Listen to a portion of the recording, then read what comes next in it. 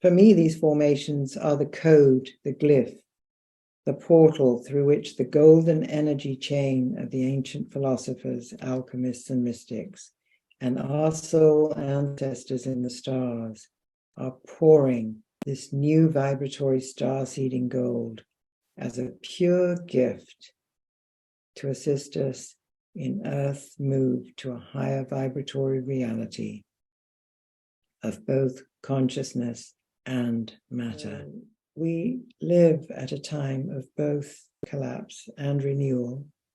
It's exciting time to be alive, but we're in this kind of liminal space between worldviews. But the energy of the new, for me, seems to be increasing and taking hold. I've had a lot of people that I know saying this too, that in spite of corruption being exposed and wars being waged, and the fact that our environmental crises need much more attention,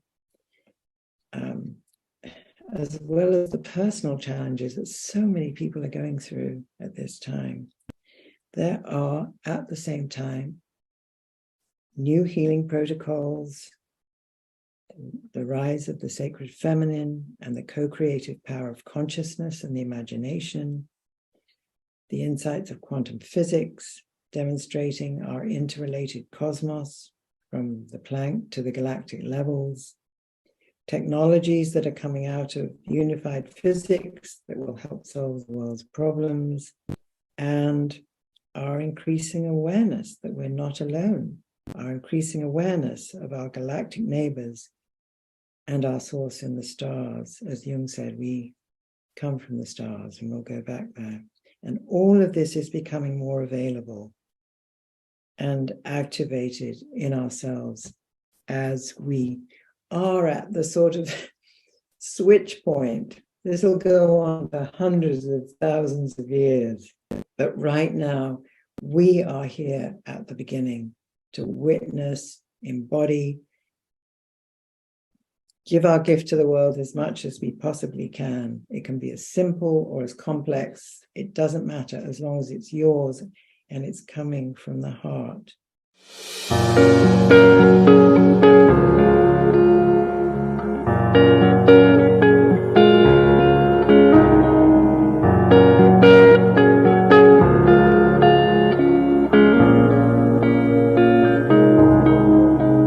I'd like to welcome you all to the Caritas Consciousness Project. I'm Gloria Coelho, and Caritas is all about promoting the evolution of consciousness as the key to individual growth and global healing. We do this through online presentations and interviews with guest speakers such as this, and we also have classes and study groups. We draw from a wide assortment of both ancient wisdom and leading-edge studies in science, consciousness, spirituality, and philosophy. And we've been doing this since 2003, but unfortunately, we didn't start recording these events until beginning of 2020. However, our video recordings, the ones that we have recorded since then, are viewable through our website, which is caritascenter.org, and also on our YouTube channel, which is Caritas Consciousness Project. As a nonprofit organization, we rely on the support of our members and donors to keep our program going. And if you enjoy our presentations and would like to support this program, you can make a donation or become a member by going to our website and just going to the membership page or just clicking a donation button on any page. And now let me introduce today's speaker. Veronica Goodchild is Professor Emerita at Pacifica Graduate Institute and an affiliate member of the Interregional Society of Jungian Analysts. Educated in London and the USA, she's a teacher, a Jungian psychotherapist, and author. Led by dreams and pursuing her long interest in spirit-matter connection and the subtle realm, She's explored sacred sites in England, France, Greece, Peru, and Egypt. Walking solo on one of the Camino paths in France, initiated by a dream and her concerns about our environmental crises, inspired her to create her own pilgrimage journeys, combining visits to sacred sites with the mythic and ancient stories that underlie many temples, shrines, and oracular portals. A recent trip to Egypt has rekindled an abiding interest in our relationship to the stars and our cosmic origins. Veronica lives in Southwest France. And Veronica, welcome and thank you so much for making the time to be with us today. You're so welcome, Gloria. Thank you so much for inviting me. And welcome to all the participants. Thank you for coming.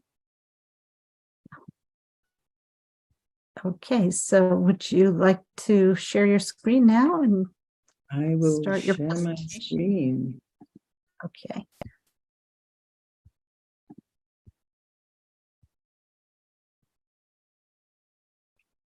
Okay, is that working? Yep. Okay, Beautiful great. image. Who is that? Is that Saint Teresa? Is that? No. It's actually Mary Magdalene. Ah, Mary Magdalene. So, but this, I'll start with this one. I'm just going to introduce with a couple of quotes.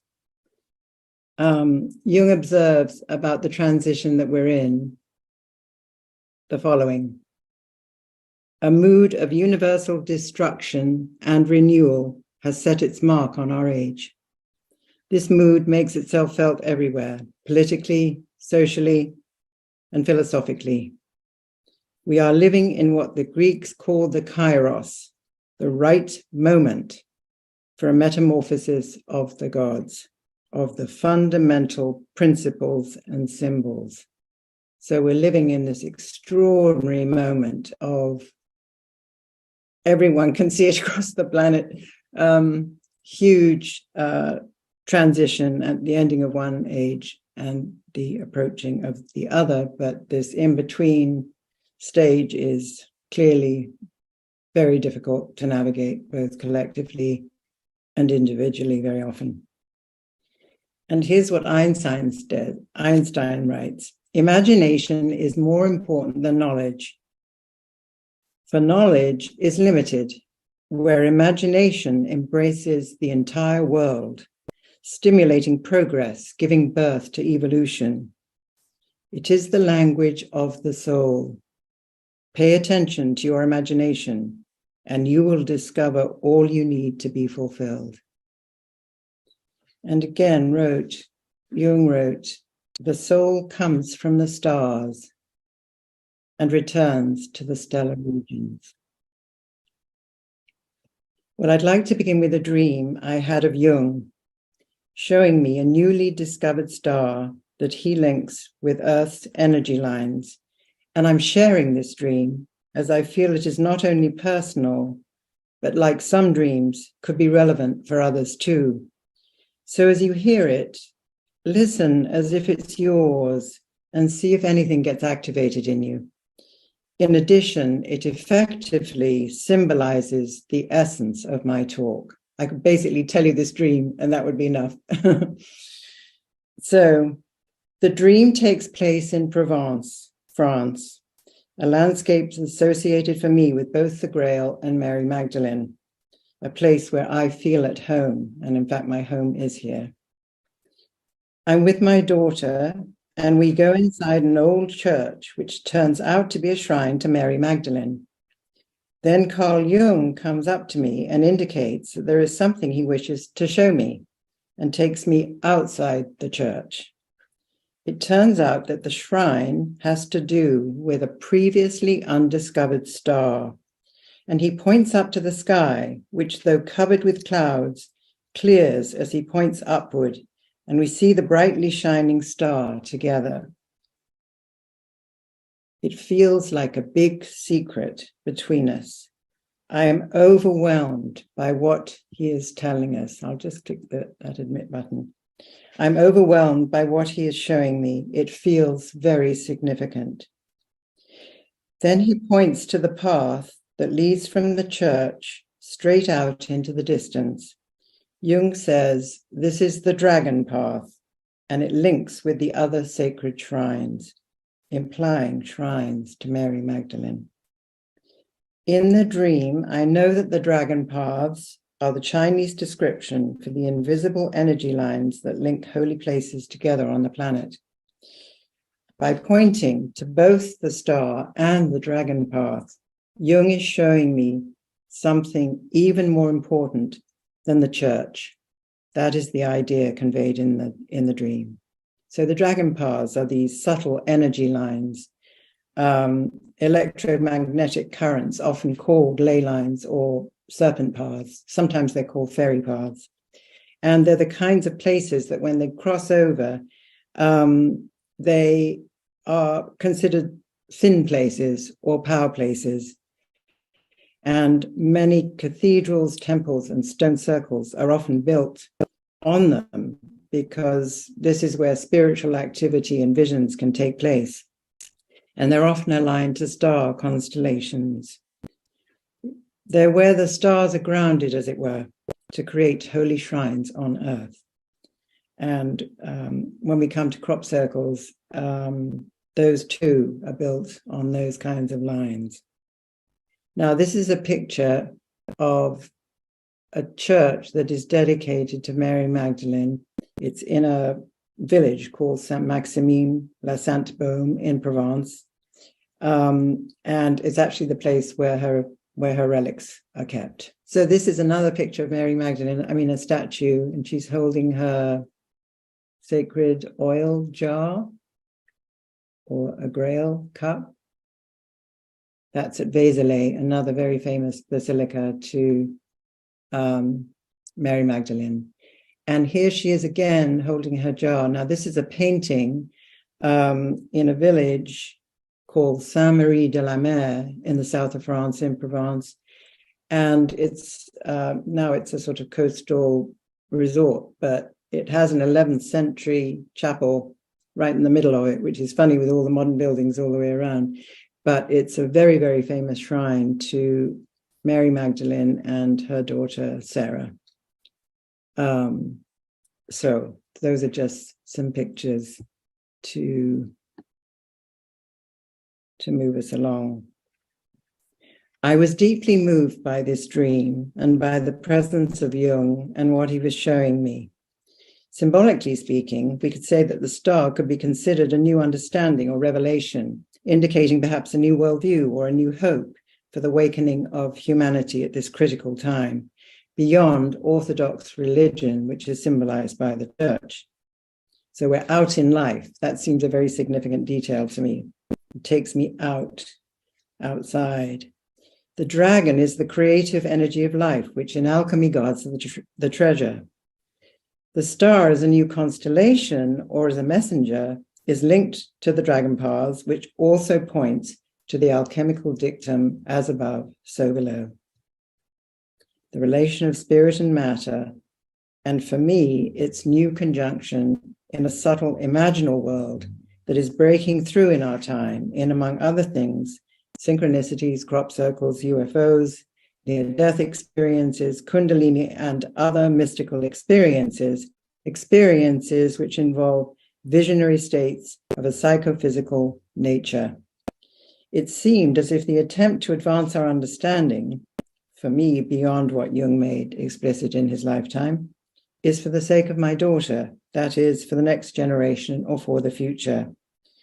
And the linking of the sacred sites are the places where the stars are grounded, as it were, holy ground, celestial earth, as philosopher and theologian Henri Corbin calls it, the spiritualization of matter, or earth's imagination, and the redemption of the feminine, of anima mundi, the soul of the world, of eros and love, a key theme of the 12th century Grail legends.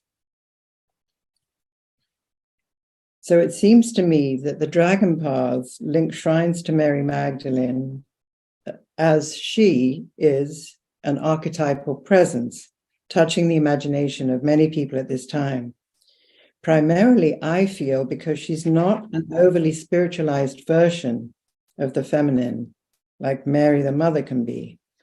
The Magdalene has a strong presence in France, supported by historical and legendary facts that she lived and taught here, traveling to Provence from Palestine and then Egypt after the resurrection of Jesus. She's honored in many churches and shrines in France, and even ones now dedicated to Mary the Mother are thought to be originally sacred to Mary Magdalene. And she's human. I think that's her appeal too. She loved and she lost her beloved and suffered a great deal. And according to the Gnostic New Testament texts, she was considered the main disciple of Jesus and most likely his consort or his bride. She was a visionary, and she was called the woman who knew the all. She was also called a miraphore, which is a woman who heals with myrrh and other sacred oils like spikenard. And this is a tradition of sacred oils rooted in Egypt that carried on celestial medicine, basically. The oils link to other star systems. They have many qualities. It's extraordinary. When I was in Egypt for a long 2-month process, working with the oils was a big part of it. And also she links instinct and spirit, soul and body, and she's not a heavenly queen. And in this regard, she's very similar to the Black Madonnas and is often aligned with them. And this is a picture of a Black Madonna in a church in a place called Le Puy-en-Velay, which is the town where you can start one of the pilgrimage paths through France. And that's actually the one I did. It runs all the way to the southwest of France at a place called Saint-Jean-Pied-de-Port before you walk up over the Pyrenees and continue on in Spain. But what is curious and interesting to me about this particular statue is that she's named Mary Isis. And Mary was an initiate of the mysteries and the visionary imagination. And in this regard, let's see, sorry, I've lost my place here. And there's a great example of this in the book that was published in 2010, which was the complete Gospel of Mary Magdalene, called The Gospel of the Beloved Companion. It's a beautiful, it's not in any other text, Gnostic text or anything. It's a vision of her climbing the tree of life and meeting at every branch a guardian and a challenge. So it's a wonderful, it's almost like a picture of Jung's individuation process or self-realization, really. It's quite beautiful. And so you're invited by this account of this extraordinary vision to face the challenges along the path of illumination and to become a creative co-participant in service to the new unfolding story for our world. And as I mentioned, here she's connected to Isis, and Isis is the Egyptian queen of heaven, earth, and underworld. She's the major, the Isis Osiris myth is essentially a death and rebirth myth, exactly like Christianity. And Isis is related to Sirius, the star Sirius, which is the brightest star in our sky and considered the sun behind our sun, our spiritual sun. And according to the indigenous wisdom keeper that I worked with when I was in Egypt at Abydos, at the temple of Abydos, Mary Magdalene shares the same soul essence, he said, as Isis. Okay. Who also, deeply loved, lost her husband, and reassembled him. But in Egypt, she is very connected to the star Sirius. So here is Mary Isis.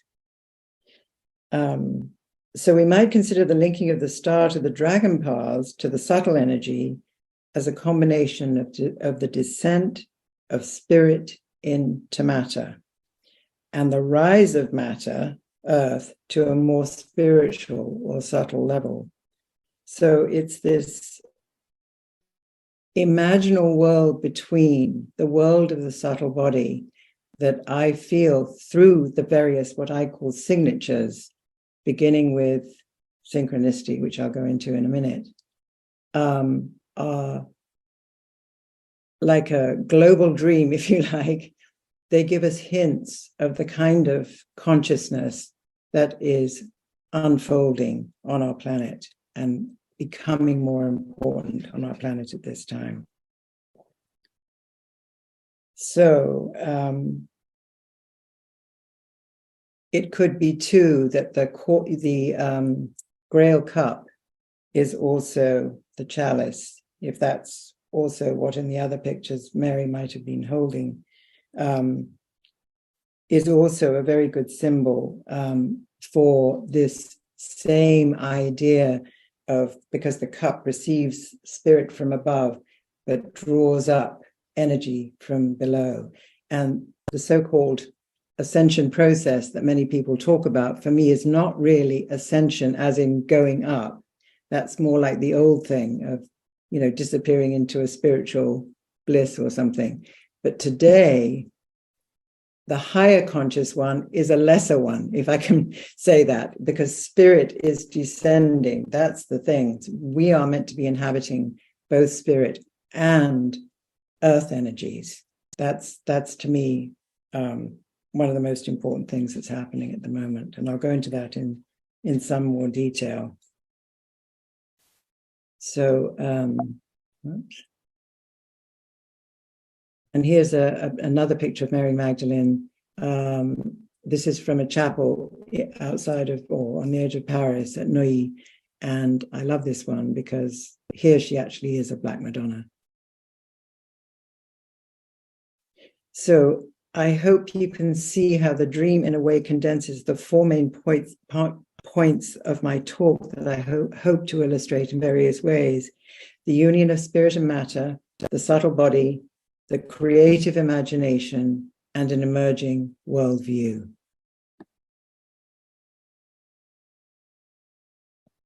And here is the Grail cup. You have the various Lancelot and Percival. You can see the various quote unquote knights around the round table. And here they're almost worshipping it. It's an image of the mystery of the Grail too. So my dream, I'm going to move a bit into synchronicity here. As I said, I mentioned the word signature. So I have these, I call them signatures. They begin for me with synchronicity, but synchronicity broadens into other things, which we'll get into. And I actually looked up the root of the word because it's quite interesting what signature actually means. And it means in its root, the mark or sign of a companion that one is to follow. I thought that was really beautiful. So there, as you'll see, I strongly believe that such things should be followed. And I'll get into that. So my dream actually constitutes a synchronicity, because synchronicity at its heart, as you know, is a clue to the mystery of how psyche or spirit joins with matter or some event in the world. And my dream came just as I was about to send out my Songlines manuscript out into the world, a book in which I explore synchronicity and how it leads to this subtle imaginal world through these different examples. And also it was a synchronicity that first made me realize, when I really looked into the depths of what synchronicity actually is that this is the phenomenon that requires a new worldview. So I'll elaborate that a little bit as we go along. It has to do with this connection with spirit and nature. Now, speaking of which, this is probably a slide that many of you are familiar with. It's described in different ways. Jung shows this in his paper on flying saucers. It's called there the spiritual pilgrim discovering another world. And so you see that she's on the ground, more or less, in this world, but she's peeking her head through what's called the window onto eternity. But here she's a great example of what's happening at the moment, because she's rooted here, but she's also accessing a world that is very strange beyond it. Now, on the top left corner, you'll see two wheels connected. And those are the wheels of time and eternity. And a synchronicity is, in fact, that moment where time and eternity erupts into this world. But you can see there are lots of strange things going on. And then actually, when I was looking at this, when I was assembling my slides, I suddenly realized that if you look at the top middle, it looks like a moon. But then I thought, I wonder if things from the other side are coming into this side as much as we're coming from here to there. And I'd never actually seen that before. And I suddenly thought, no, it is a two-way thing. That's exactly right. If that makes sense. I hope it makes sense. So we're going through a certain window, if you like, to anomalous or more extraordinary experiences, but that world is also wanting to reach us. I think that's the important point there. So that's that one. And then, now this is also in the Flying Saucers essay of Jung's. It's a painting by Peter Burkhauser, and it's called The Fourth Dimension. And I found this intriguing because if you look at it, there's a sort of, in the middle, there's a saucer-like thing with, with light coming down. And it reminded me that one of the scientific researchers of crop circles that were looking at how are the crops different in a circle compared with out of them. There was a lot of scientific stuff going on in the early days. She was a scientist, but she had this experience. I think she was in Holland. She was looking out of her window. I think it must have been at night, and she saw an object, stationary object with lights coming straight down. And she said the next day a crop circle was actually created in the place where that came down. So that's just an anecdote there. But if you look at the picture, all of it, you'll see sort of forms coming out from another dimension, as it were.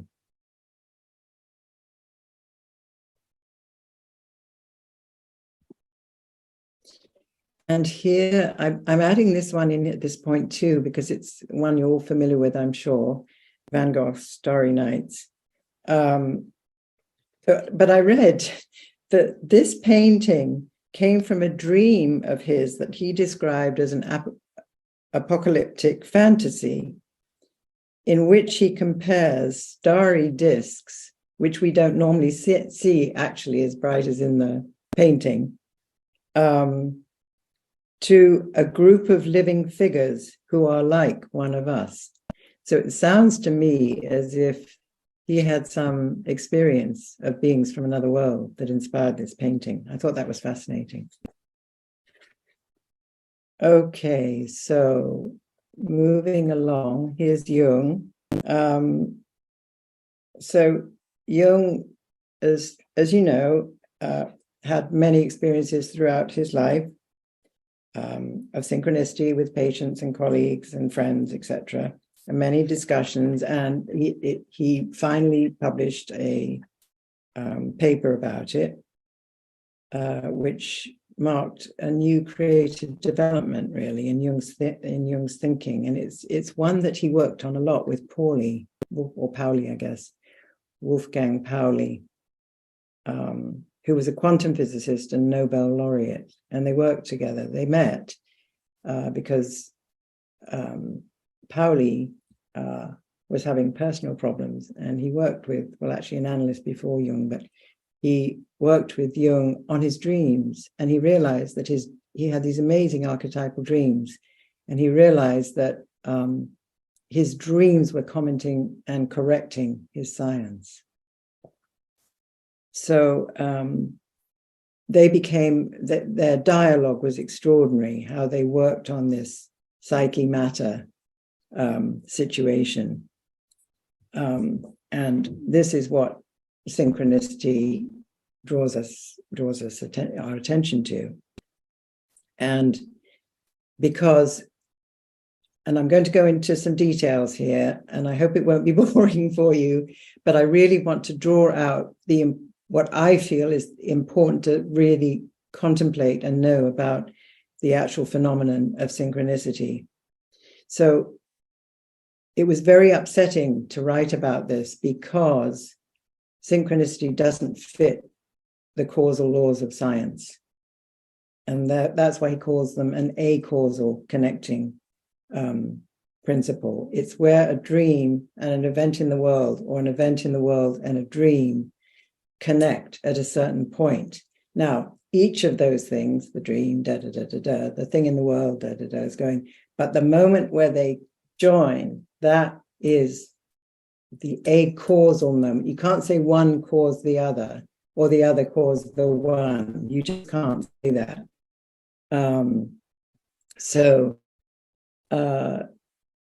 They erupt, as it were, completely spontaneously and unpredictably. You can't make them happen. And in a sense, it was synchronistic that Pauli and Jung met when he was bringing depth psychology in the 20th century, and Pauli was bringing in the new physics, but they were working together. So we have the scientist and the depth psychologist both living, as it happens, in Zurich. So they were able to meet. So synchronicity honors all the things that are not part of our paradigm, meaning the conventional, the one that's going out the door. Hopefully, it's hanging on, but it's on the way out. So with synchronistic events, they are unique, they are rare, they're not repeatable, and it leads to this aha moment, which is that double wheels where time and eternity sort of blip into our, and that's when we notice it. It has an effect on us, and they're meaningful, and they normally happen at a particular point. That's called the kairos, the right moment. And that's really important to pay attention to as well, because we need to contemplate, what is this saying about my life? And Jung said, you have to dream them forward, like the dream. He said, you dream the dream forward. He said the same about synchronicities. When you have them, you need to do something with them creatively, not just go, oh, that was a great experience, and basically go on with your day. So, and there's often a sense of, if not numinosity, the sacred breaking through, something like that. And Jung called this breakthrough in his language the one world, unus mundus, the one world. And Pauli, from his scientific point of view, called it the psychophysical world. So what they came to understand was that both psyche and matter are two sides of the same reality. And we hear a lot about oneness at the moment. It's this, not only the desire for unity, but unity is expressing itself in these ways, if I can put it that way. Now, these kinds of experiences, I feel they dip into something that I call eros consciousness or eros awareness. because they balance thinking. They balance symbolic thinking with a more diffuse state of consciousness, if you really enter into them, that evokes often a very deep feeling response. And they're really fateful. And the reason they're fateful is because it's something that's happened that is beyond your own will. And that's really important. So it's an irrational, it's like an impossible thing that suddenly comes in and invites our participation, invites our journeying with it, if you like, to create something new. This is really important. And the other thing that happens with a synchronicity is that often you have a feeling of you know something, and it's coming not from anything you've learned or anything or that you've read or anything that's you've been taught, but you find yourself having these, I call it knowledge from the source. You can actually get that sometimes, that feeling, when you go into deep meditation as well. So things that you don't know, arise to the surface. So here we have words like unique, numinous, subtle, eros, fate, impossible, co-creation, source knowledge. Aren't these the words that come with the kind of experiences people are having these days? Seems to me they are. Pauli felt that this confluence between psyche and matter was a new form of mysticism. And he felt that that the exploration that he and Jung were doing would lead to not only a further evolution of consciousness, but also of matter. And he felt this was really important and offered a counter position to what he calls the black mass. And that's the idea that acts of will, rather than eros or wisdom or love, in science, for example, the explosion of the atom bomb, could lead to matter taking revenge and beginning to oppose humanity. Now, chatbots. My husband's been reading a lot about chatbots. It's been all over the news and how scary they are. I can't bear to look at it because I don't like even the idea of them. But what about climate crises? You see, is this the revenge of matter that we're so identified with in our materialistic society?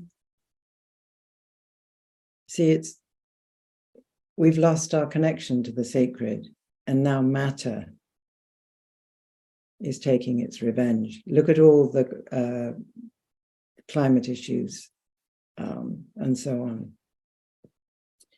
So, he had startling synchronicities, the war visions, for example, at the outbreak of World War I, his own near-death experience in relation to a heart attack.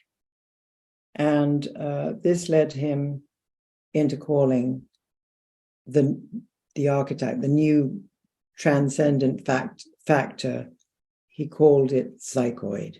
That's a word I'm not particularly like, that I don't particularly like, but it includes this idea of spirit or psyche extending into matter. And the other thing with this is that we can no longer think of psyche as being within. It's not only within, It's as if we're in it, like a field or an atmosphere, like a drop of water in the ocean. And so it's a moments where we experience the interconnectedness of all of life. Now, here is a picture. Well, actually, that's a picture from my kitchen window. It was meant to be the the one I was is meant to be the one I was showing for synchronicity, because I can't take a picture of one. But I had just come back from Egypt, and this was last December, and I looked out the window, and I just had this mystical feeling about the way the fog and everything was hanging together. It just struck me, the oneness of everything. Okay. So now, very quickly, some ideas on the background, some historical ideas, because I think they're interesting. And so the background to synchronicity and the subtle body. And there's a quote from Pauli that I got from a friend of mine's book, Remo Roth's book, The Return of the World Soul. And he said, what is still older is always the newer. So it's this idea that old things come back again in different forms, in new forms. So they're not really new. There is a historical background, but they're called something else. And so here we see an alchemist with his goggles on, trying to follow Sophia, trying to find out the secrets of nature and other things. So this is a beautiful picture, and it says, let nature be thy guide. Let nature be thy guide.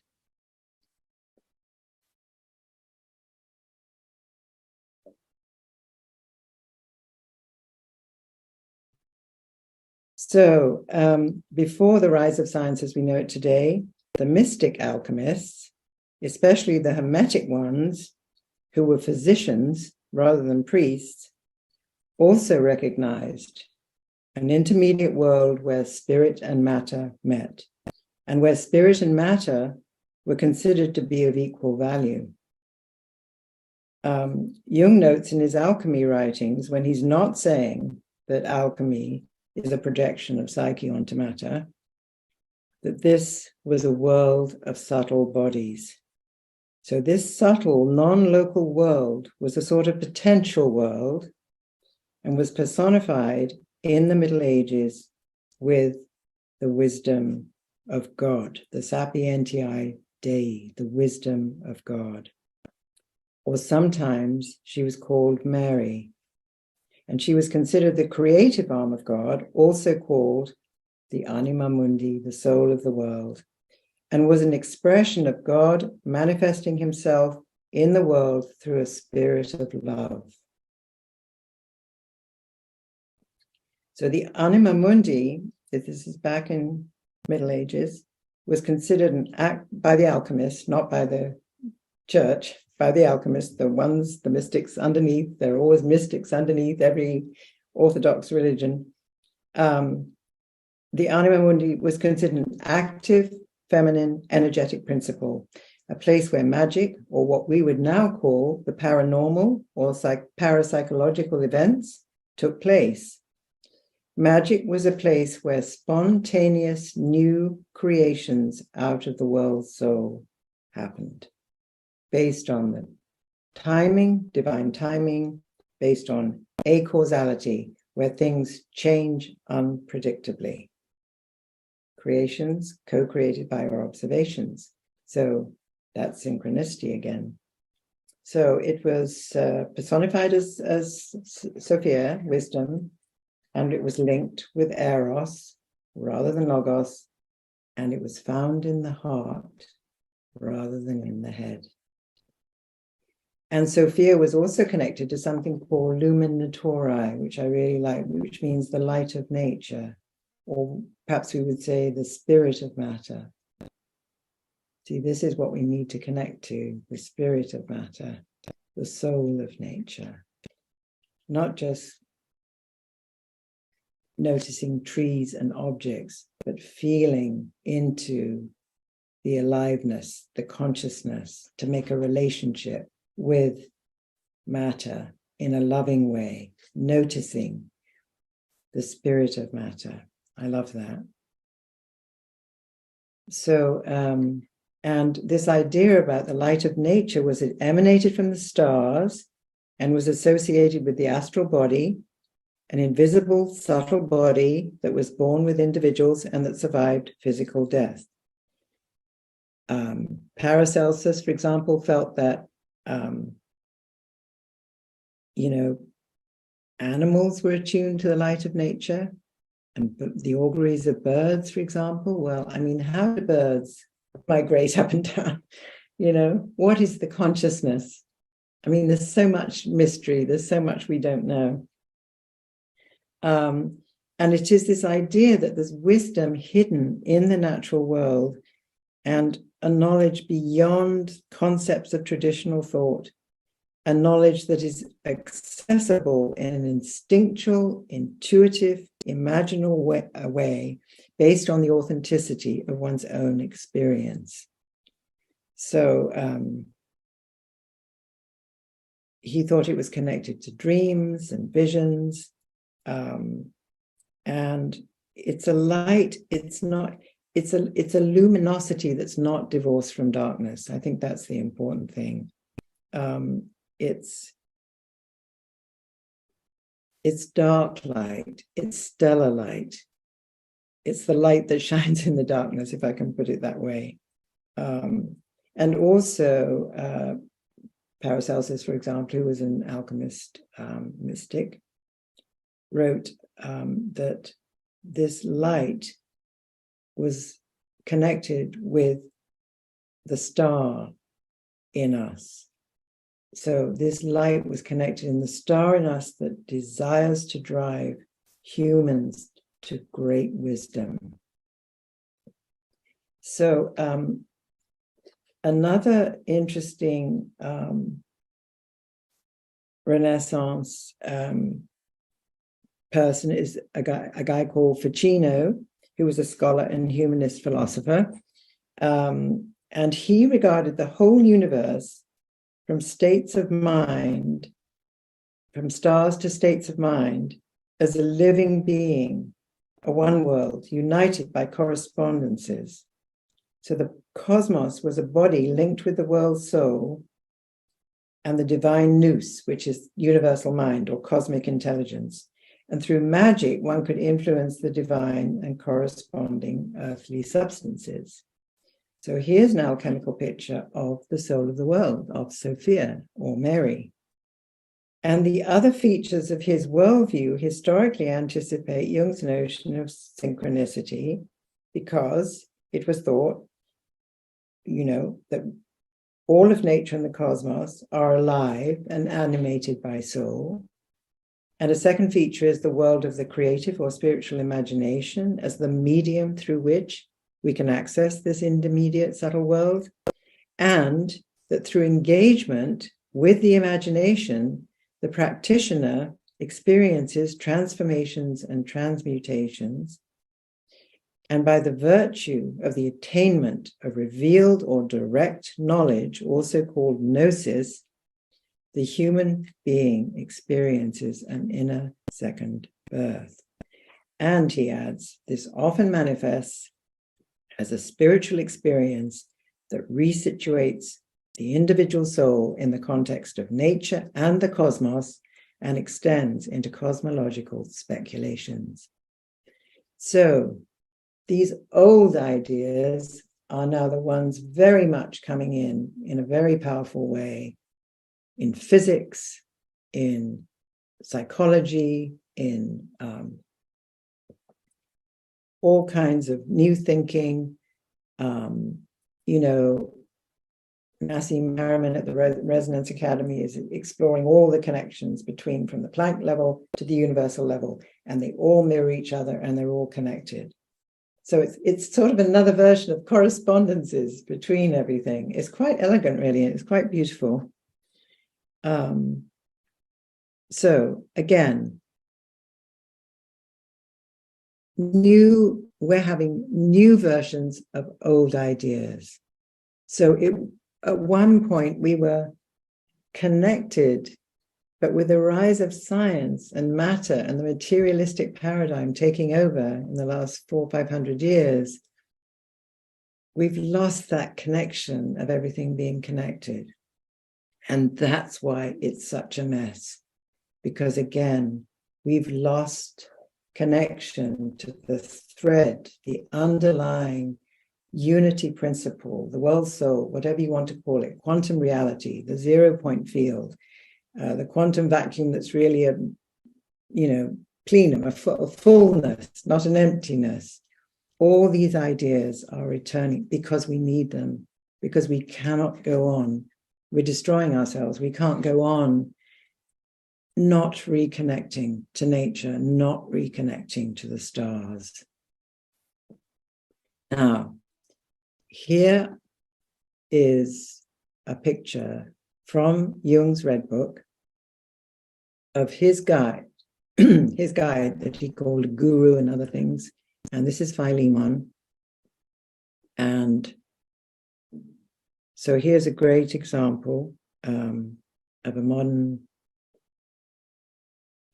mystic who, through his own descent, his own shamanic journey, his own creative illness into the depths, talked to guides, confronted unbelievably painful difficulties and so on. So meditative dialogue, visionary journeying, transformation, and rebirth. And these paintings are very shamanic, they're very beautiful. See how big he is. He's got his feet on some mosque-like building.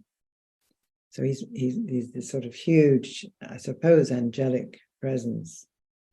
He's got his snake in the background. Often appearing in dreams when you need to take on your own spiritual authority, the snake.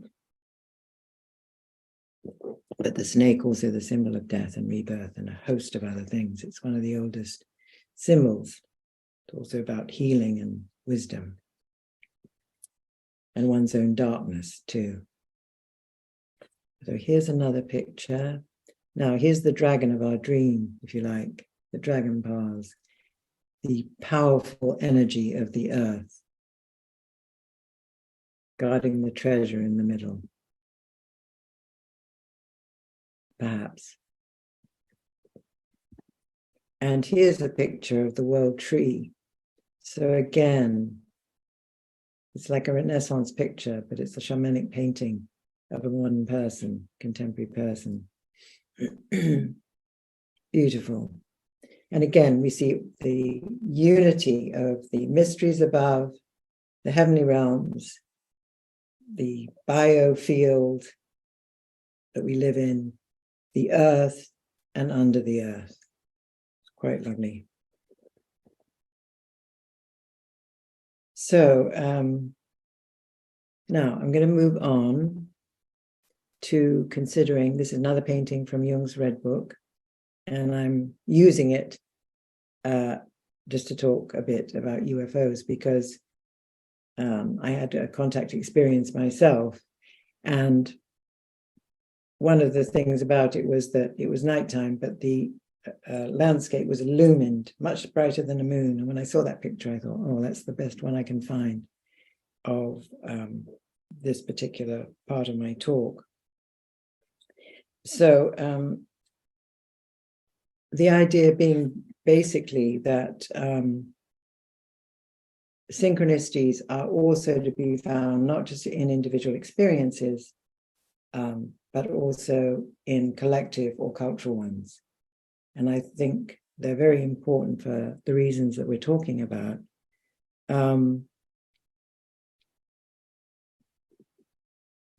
Jung was very interested in these phenomena, and he felt, so he did an enormous amount of research, but he only published two years before his death.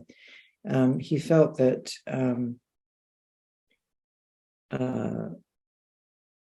that it was important to really try to understand what was going on here. And he felt that such anomalous kinds of experiences appear at the end of one worldview or world, and in the interim between both. So we've got Pisces that we're leaving, associated with the fish and so on, and Aquarius, to which we're moving now. And so he talked about them in various ways, but mainly he was interested in what do they mean. So again, it's this Jung is always looking forward, not only looking back, but what does it mean that these things are appearing? Here is a painting by a patient of Tony Wolfe, who was Jung's mistress, I suppose, and she helped him through his descent into the unconscious that eventuated in the Red Book. And I find this very, very interesting because she not only dreamed of UFOs, but also of waving wheat beneath the water that Wolfe and Jung felt anticipated the future and a new vision of reality, which they didn't understand. So here again, we have that interest in what is going on here. Is this an initiation? Is this an unveiling, the theme of the apocalypse, an unveiling? Is it to do with the new age, moving from, these were questions that they entertained. And so Jung thought of them as sort of mandala images because often they're mostly round. And actually, at the end of his essay, there's a beautiful story of an American man called Orfeo Angelucci, and he puts that story at the end. And it's a beautiful story because it really summarizes most of the experiences that experiencers have. Again, a powerful exposure to a non-local realm. They meet ETs or guides of the soul. They're often exposed to visions of our suffering earth. They're described as really happening and not a dream. They're both intensely physical as well as psychical. And beyond a sense of meaning, the participant describes illuminative experiences concerning the nature of the world and reality itself, often telepathically communicated by guides or a wisdom figure. Then they often gain insight into issues of planetary, global, and often galactic significance. So they've been compared to Kundalini awakenings. Near-death experiences have very similar experiences, shamanic journeying, and so on. And so with these kinds of experiences, as I say, people move out of just a planetary or nature interest that happens with individual synchronicities. They are exposed to not just me and my life. What about the planet? What about the galaxies? What is our place? Are we linked? Sometimes they learn that what we do here is important because we are linked to other planetary systems, which of course the Egyptians knew in spades because they were a star culture. So he tries to understand the metamorphosis. That word, I think, is really beautiful. What's happening in our world? We need to try to understand it. If there are these archetypal energies that are dismantling and re-emerging, we are all under them. We're all being affected by them. So the question is, how as a planet, how as a value system, how am I, to try to understand, even if we don't. That was the important thing. Try to understand, even if we don't. Now, crop circles are very similar in a way. He didn't go into them because they didn't start appearing until about the 70s or 80s.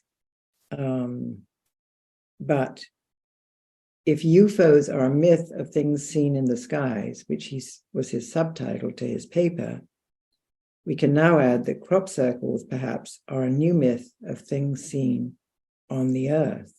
Again, this alchemical connection between spirit phenomena that has matter and matter, earth, crops that are imbued with spirit because of the very complex geometric designs that are in a lot of them. So again, there is this urge for the unity principle to be realized again. Here is one of my favorites. I call it the Swirling Galaxy. It came down in August of 2001. But just a quick note, if there's anyone listening who doesn't know about crop circles, there are these patterns that for the last 40 years or so appear in the spring and summer in England and other parts of the world that come down completely spontaneously overnight. Again, you cannot predict them. They just come down.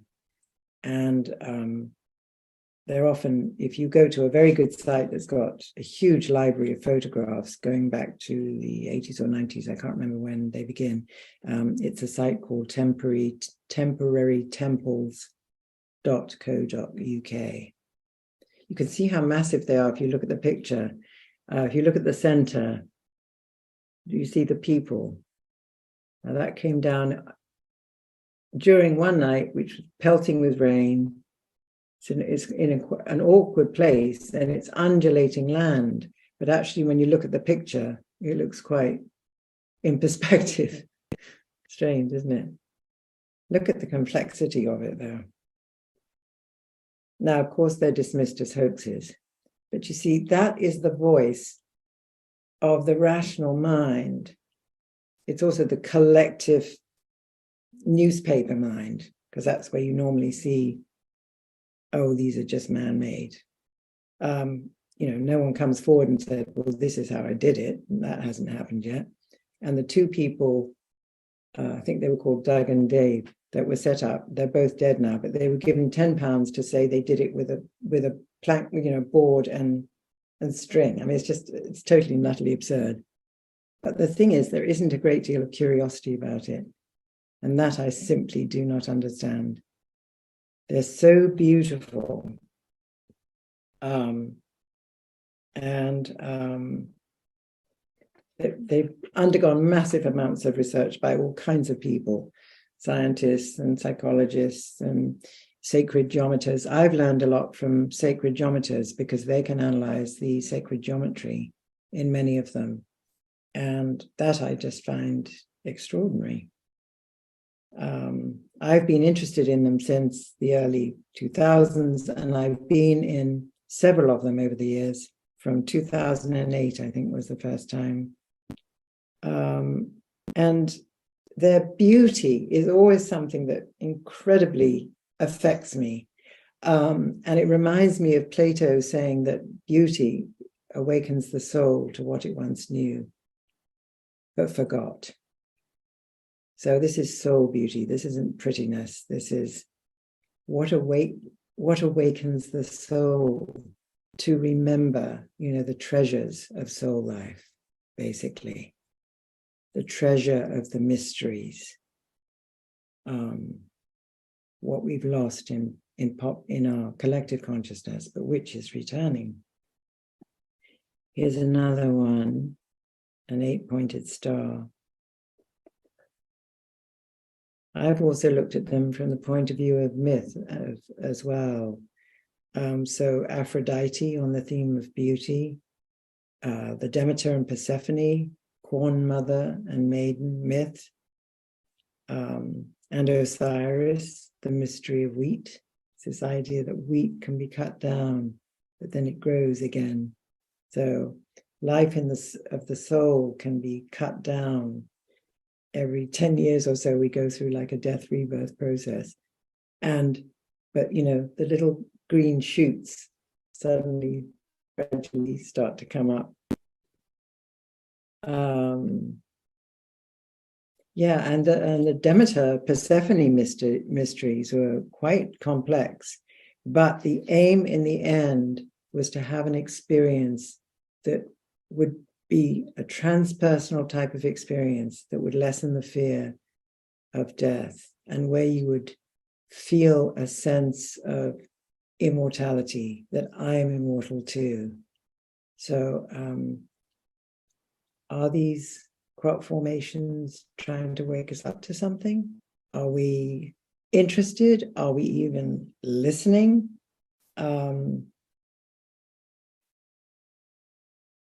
So for me, these formations are the code, the glyph, the portal through which the golden energy chain of the ancient philosophers, alchemists, and mystics, and our soul ancestors in the stars are pouring this new vibratory star-seeding gold as a pure gift to assist us in Earth's move to a higher vibratory reality of both consciousness and matter. You could say the Earth is dreaming for all to see. And in its dreams, like all our dreams, our attention is drawn to what we're not adequately paying attention to in ordinary reality. That, to me, alone makes worth contemplating. You know, it's worth contemplating them. You know, we get these free gifts. We get these free gifts. Extraordinary. So also myself, I've, you know,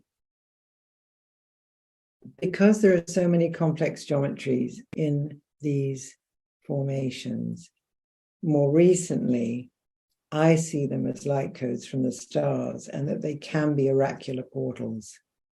So what I've encouraged, what I've done myself, and what I've encouraged others to do is to look at the library of pictures from anywhere, any year.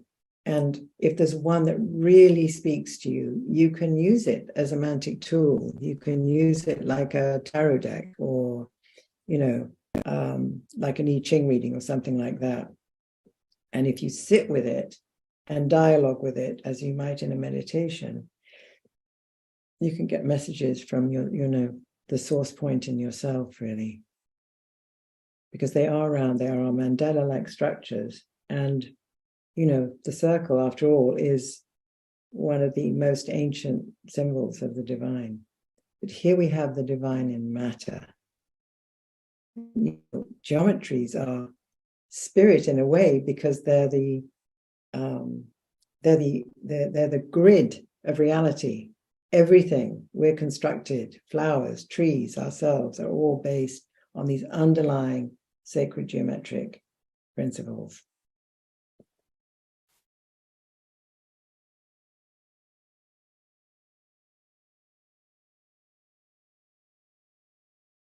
So in a way, you could say it's like experiencing Sophia too, like in the medieval personification of the soul, the spirit of nature was feminine, it was creative. The feminine principle, matter, because earth matter is always connected with the mother, with the feminine, because she provides everything we need. And also, it's not unusual for people to have paranormal experiences when they're in a crop circle, and that can be heightened emotions or not feeling well. Sometimes healings are reported.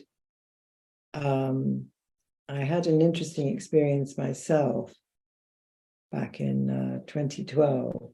I went into a formation. I couldn't find it from where I parked my car on the edge, and I met a group of people on the way toward the formation. And so we were sort of chatting in a casual way, but then when I got to the formation, I said, okay, I'm going to go in and go my own way now. The minute I stepped over into the formation, I was just utterly filled with unconditional love. It was deeply moving. I felt my heart, my whole body was just filled with unconditional love. That only happened once. But telepathically, the message was that it was made by Syrians. It was like Syrians, we Syrians made this. It wasn't said like that. It was just, it all happened in one go. Very beautiful. So that stopped me in my tracks, really. I thought, oh, there's really something here that needs to be paid attention to. And the Hopis, the Hopis felt that the circles are related not only to cosmic influences and earth changes related to their calendars, but also to the return of the Star Nation people themselves. So indigenous cultures have high regard for these circles. Credo Mudvar in South Africa, is a South African Zulu shaman. He's passed now, but he said they've been appearing in their fields for thousands of years. And so they don't actually go in them because they consider them sacred land. But they do rituals, and they honor the star people and the earth energies when they do their rituals, but they won't go in them. It's like, I suppose, going into a holy place and just kind of mindlessly going into the sanctuary and not really thinking about it or something like that. It's interesting though, many people have come to visit them from all over Europe and America and everything.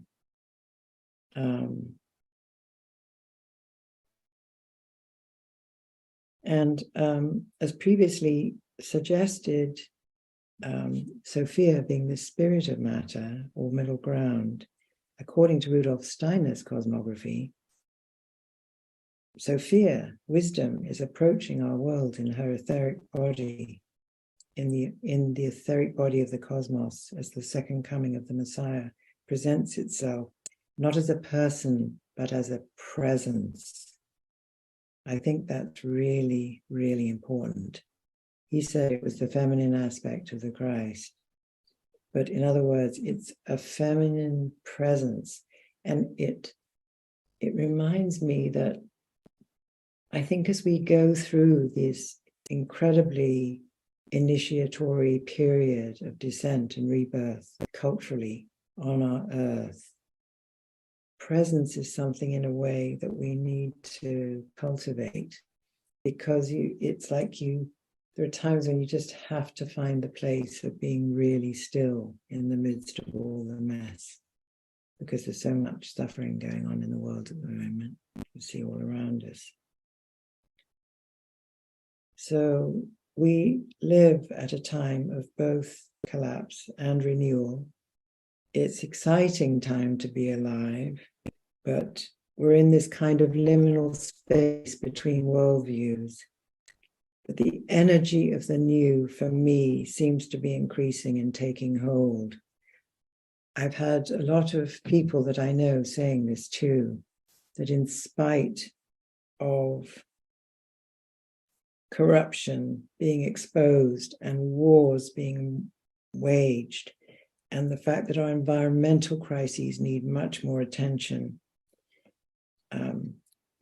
as well as the personal challenges that so many people are going through at this time, there are, at the same time, new healing protocols, the rise of the sacred feminine and the co-creative power of consciousness and the imagination, the insights of quantum physics, demonstrating our interrelated cosmos from the Planck to the galactic levels, technologies that are coming out of unified physics that will help solve the world's problems, and our increasing awareness that we're not alone, our increasing awareness of our galactic neighbors and our source in the stars. As Jung said, we come from the stars and we'll go back there.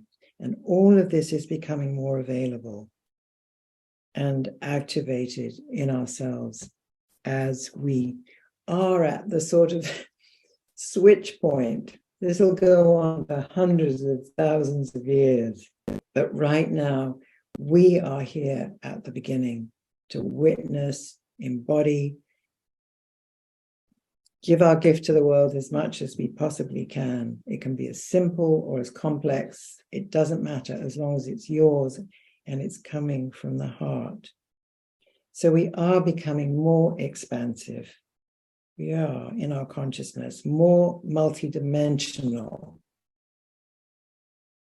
able to tap into different frequencies and octaves of experience, grounded with our feet on the earth, connection with the earth energies, the spirit of the earth, and our crowns open to the sky and the spiritual realms and the star civilization beings who are helping us with our inner awakening to quantum levels of experience. And perhaps most fundamental of all, non-ordinary experiences are, with their deeply transformative capacity, are leading us from insight to greater illumination and showing us how the anomalous and the paranormal must once again, as Jung said about synchronicity, be included in our vision of reality. So these signatures, these signs of a companion that one is to follow, signatures, lead us from complex emotions to genuine sorrow and authentic joy. And they are helping us open our hearts in ever-widening circles to self and beyond, to community, to the earth, and to the stars. And we're restored to, if you like, a cosmological myth, one in which we can become the spokespersons for the invisible and the invisible ones. For me, time and again, love is so often at the heart of these experiences, an immeasurable, unconditional, silent force and presence. And the wisdom that comes from such love can help us to remain balanced and more able to love, even while in the middle of all the joy and cruelty around us, including not just around us, but within us, our own shadow, complexes, challenges, illnesses, to find those moments of joy too, which nature can help awaken us to. And just being out in nature, noticing nature. One of the major lessons from my pilgrimage walks, which I did not as, I did it as a meditation for the earth because of our environmental crises were just overwhelming me at one point. So I thought, okay, this is something I can do that's practical. I can just put one foot in front of the other. And while I go along, I can notice things. I can try to notice, sounds and trees and tiny flowers and atmospheres and forests, and just pour as much love out as I could. And one of the things I basically learned on my walks was that the earth does not want to be fretted over. She wants to be loved. So while we have to read the science and know the science, which often seems so, everything's just doom and desolation. But my reality in walking was that she also wants to be noticed, like any relationship. She wants to be noticed. She wants to be acknowledged. She wants to be loved. And in fact, a pilgrimage walk is considered a Compostela.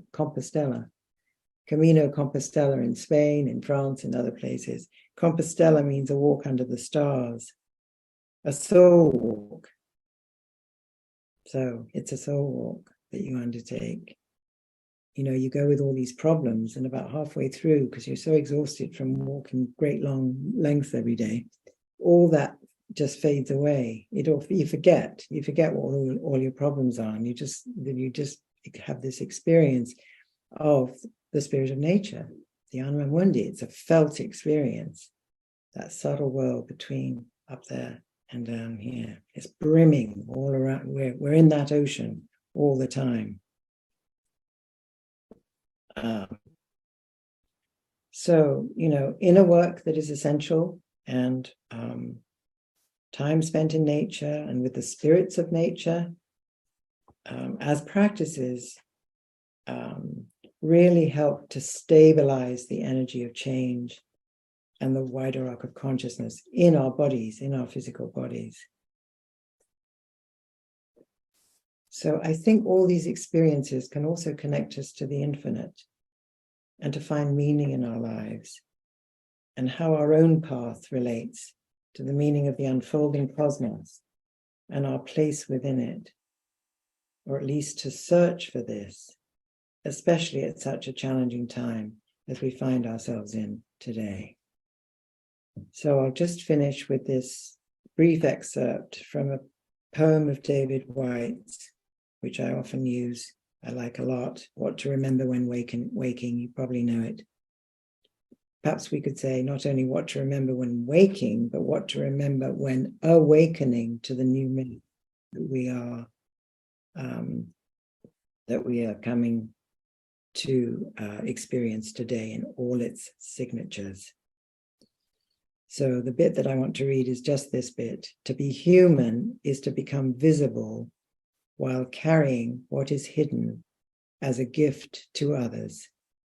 To remember the other world in this world is to live with your true inheritance. Okay.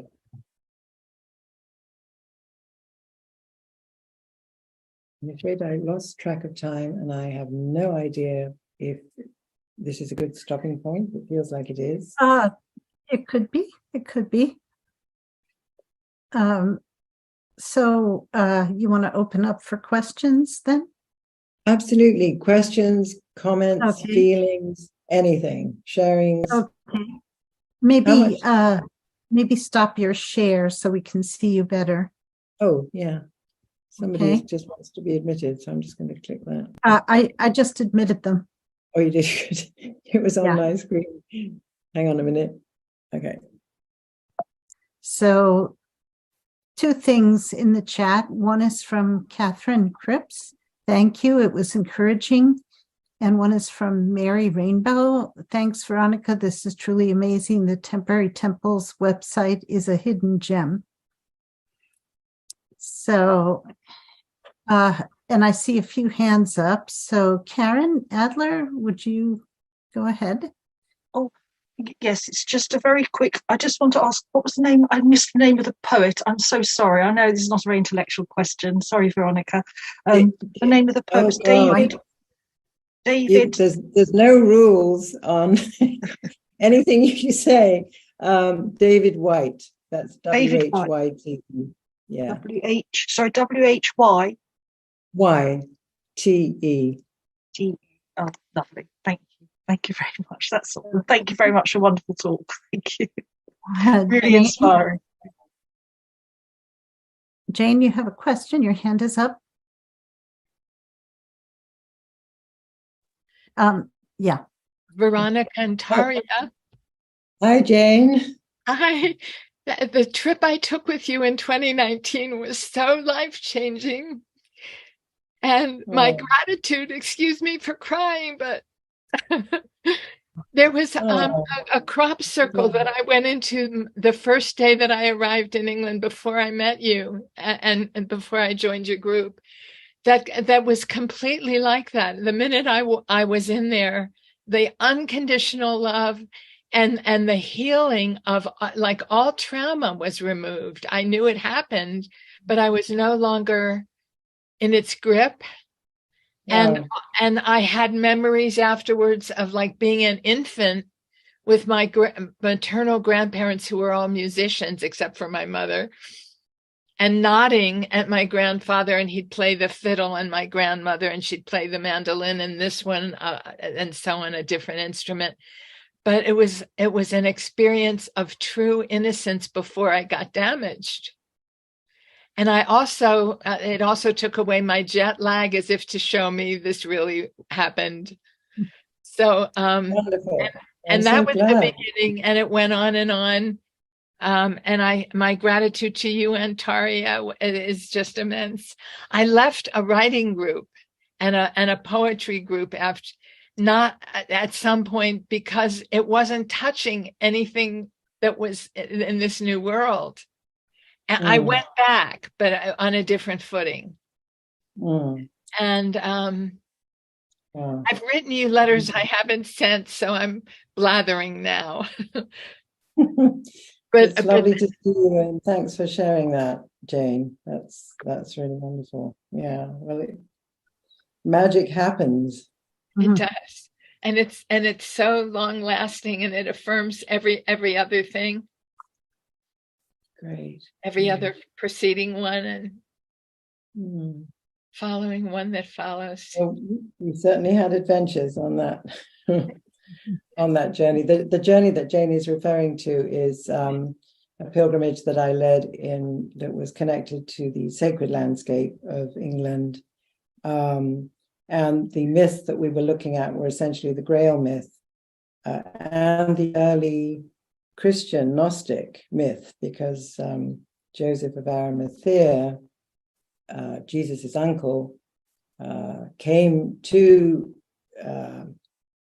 Glastonbury with Jesus and, huge entourage to undergo the initiations into the Druid mythic system. And Joseph of Arimathea, who was this sort of rich merchant, built the first Christian church on English soil. And it's reflected in the Blake hymn that some of you probably know, Jerusalem, and did those feet in ancient times, walk upon England's mountains green, and did the holy Lamb divine or something.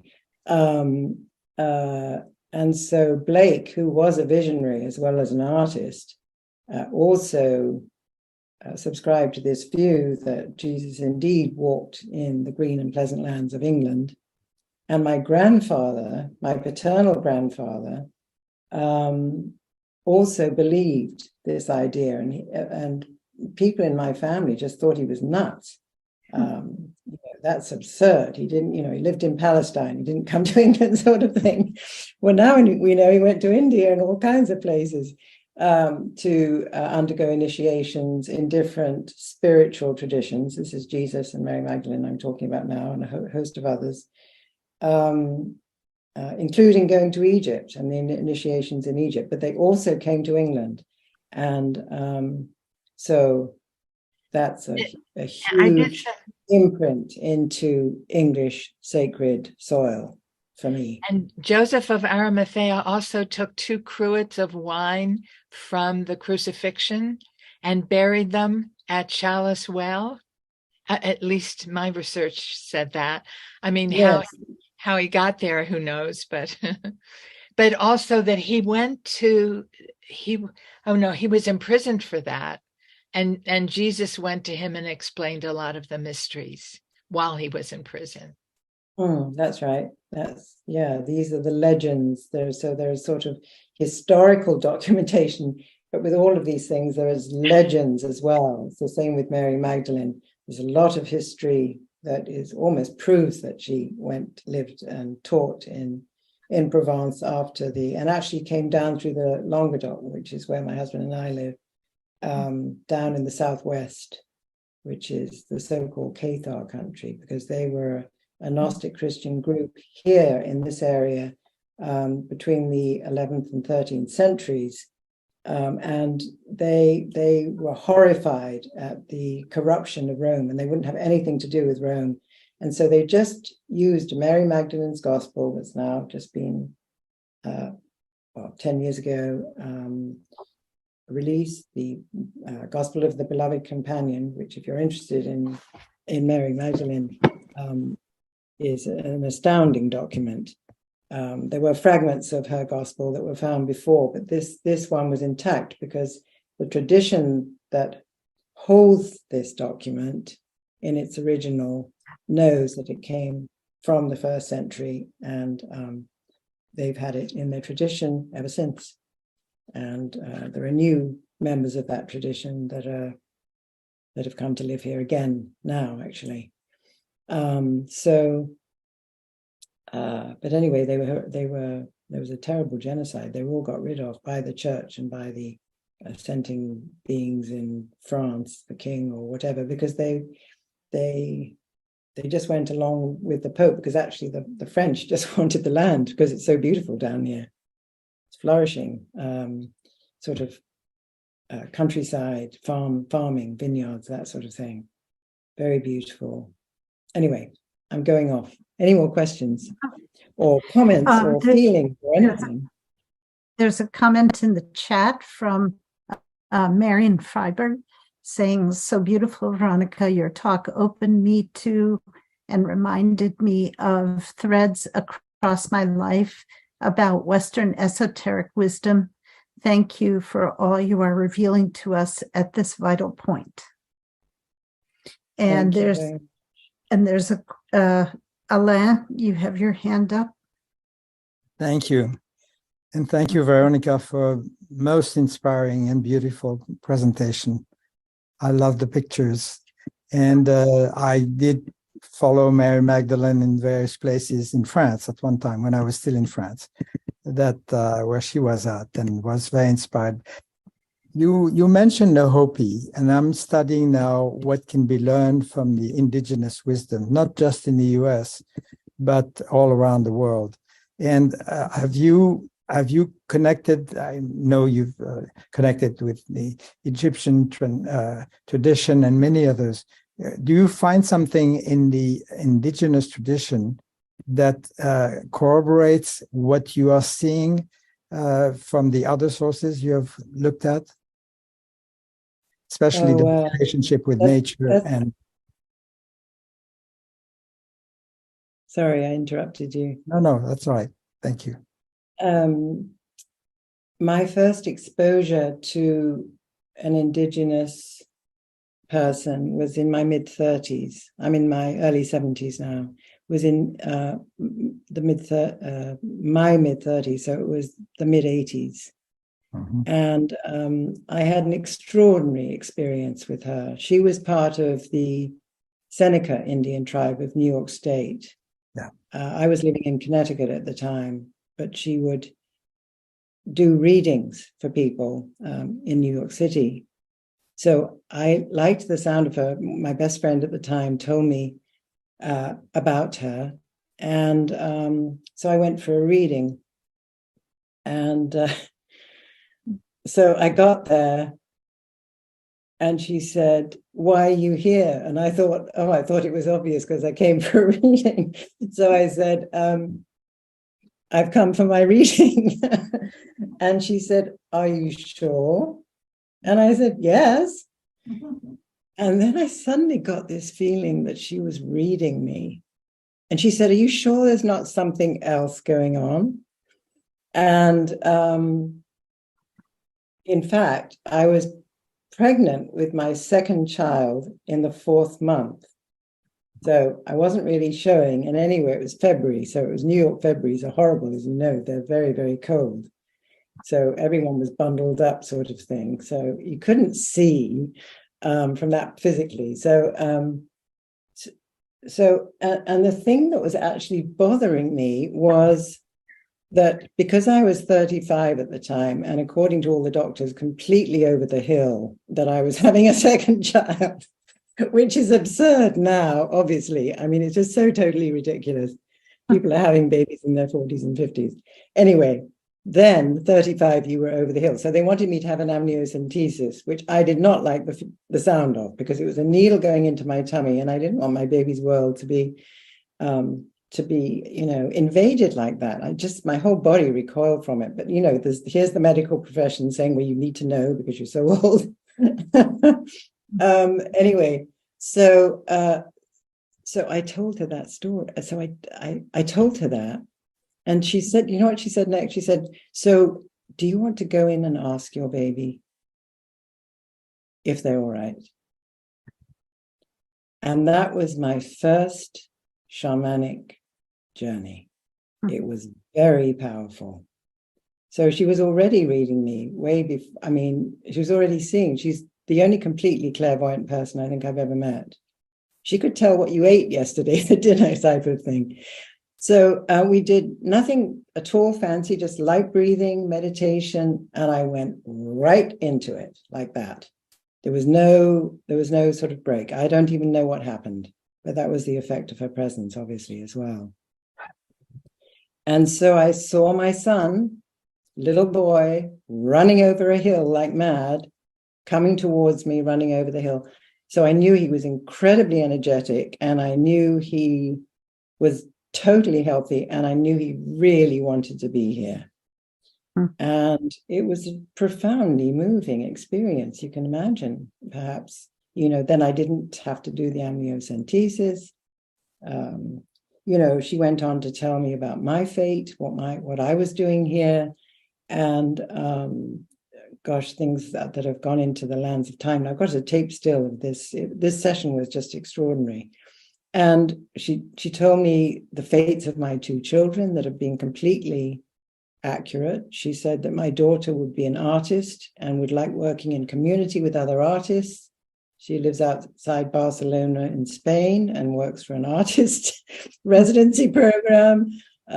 She said my son would be a custodian of the earth. He's an organic biodynamic farmer in Mississippi. So then I did some work with her individually, but, we also did sweat lodge ceremonies, which are extraordinary rituals. And I think, this kind of seeing and this kind of practice is true across the board with all Indigenous peoples.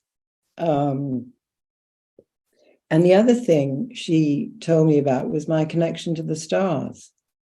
And of course, all Indigenous nations have connections to the stars because those are their ancestors. Those are their guides. That's who they, do ceremony for, to get the wisdom from the ones beyond time. And this is what happened in ancient Egypt too, when the pharaoh would do the death rebirth mysteries, literally going to the point of death and stepping over to get the wisdom from the star beings and then coming back.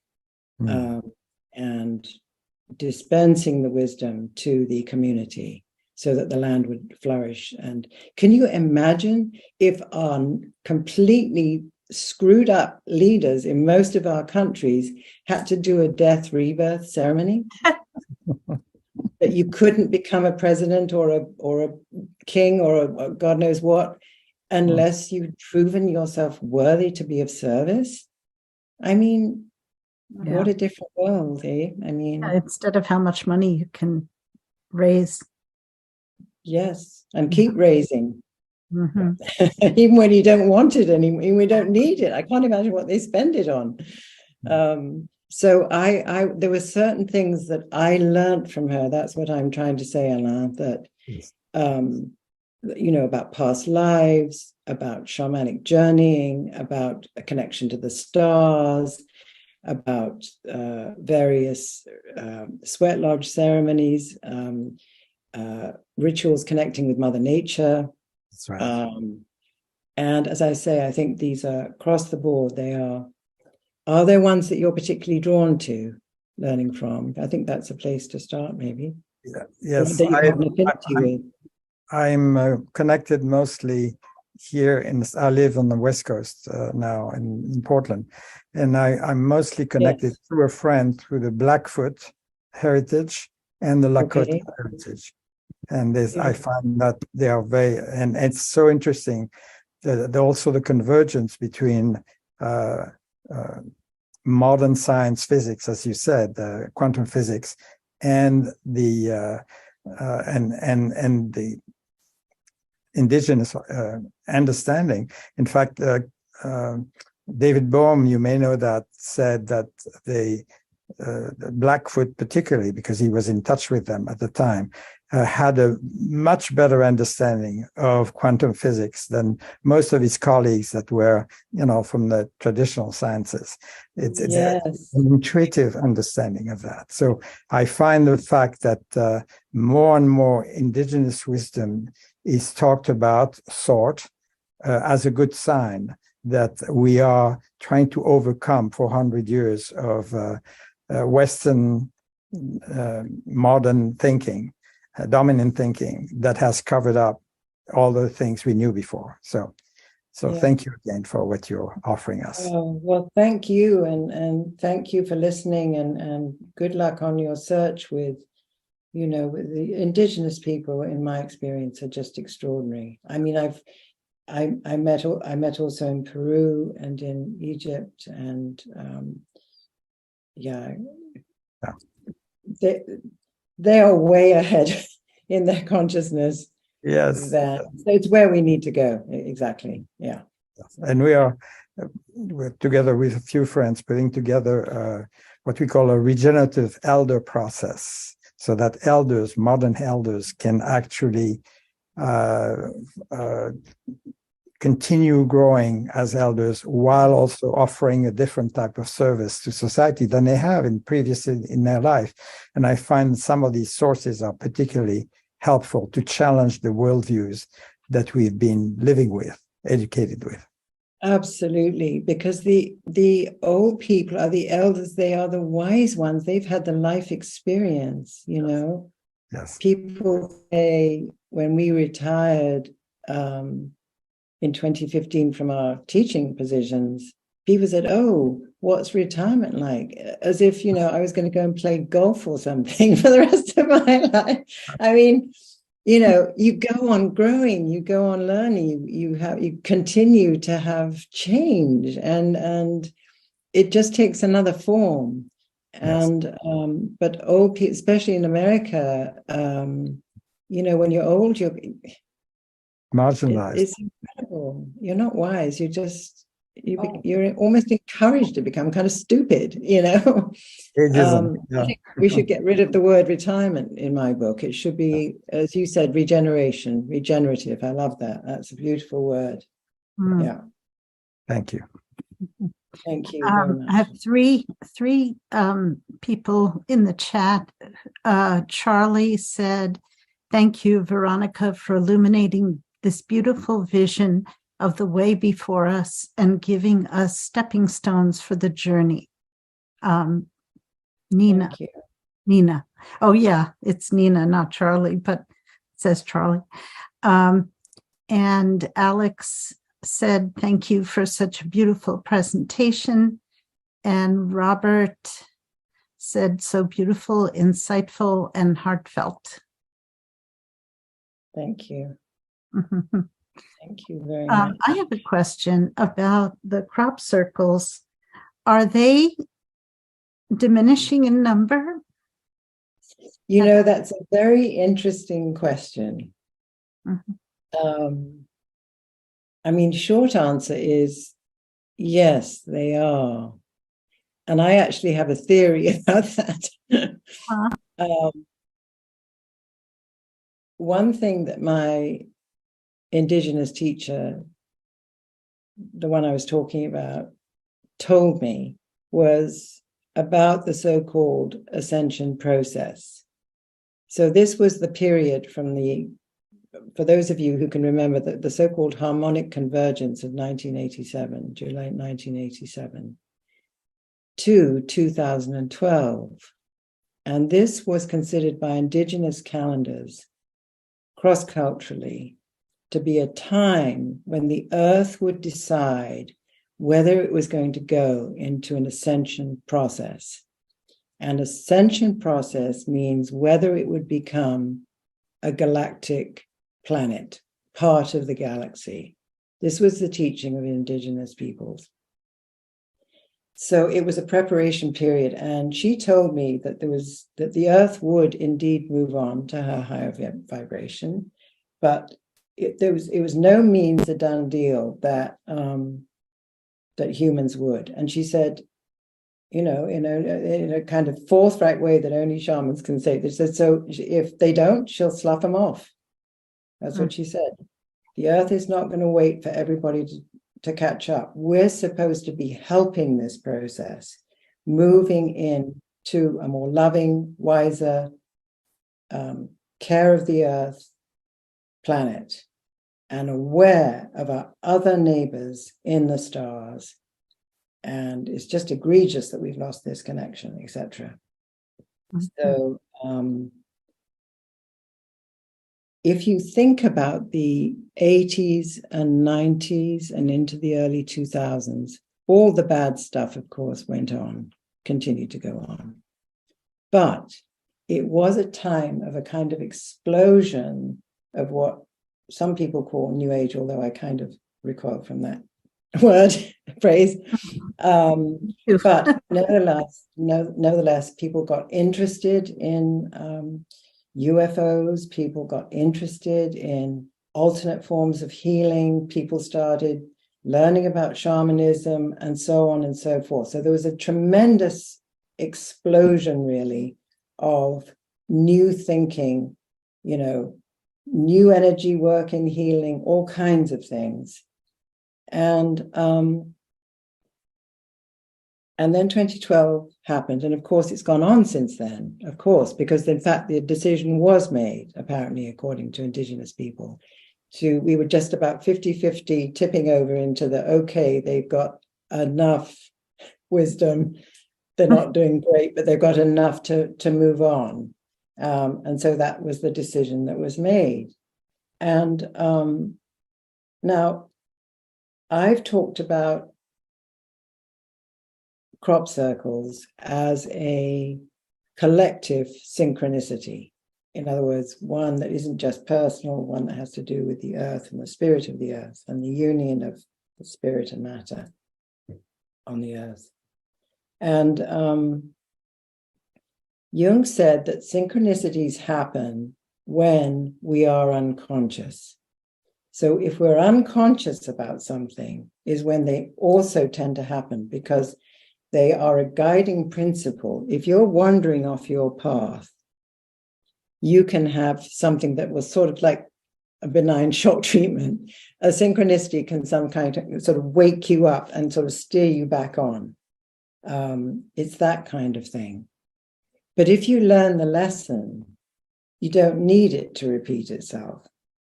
So my theory is, this is just a theory, if the crop circles have done their job effectively, seeding the planet with the new energies of the new era, and enough people over the last 40 years have paid attention, maybe we don't need so many of them. And maybe they will taper off. There is evidence in the historical record that they've appeared before at different times.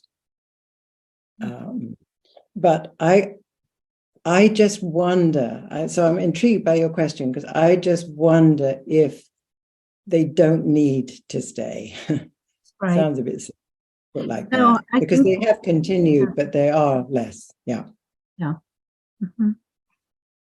Go ahead. Sorry. Margie has her hand up. Hi, Margie. Hi, Margie. I was in email contact with you a couple days ago. Oh, yes, indeed. Margaret, I'm the Margaret who was in contact with you.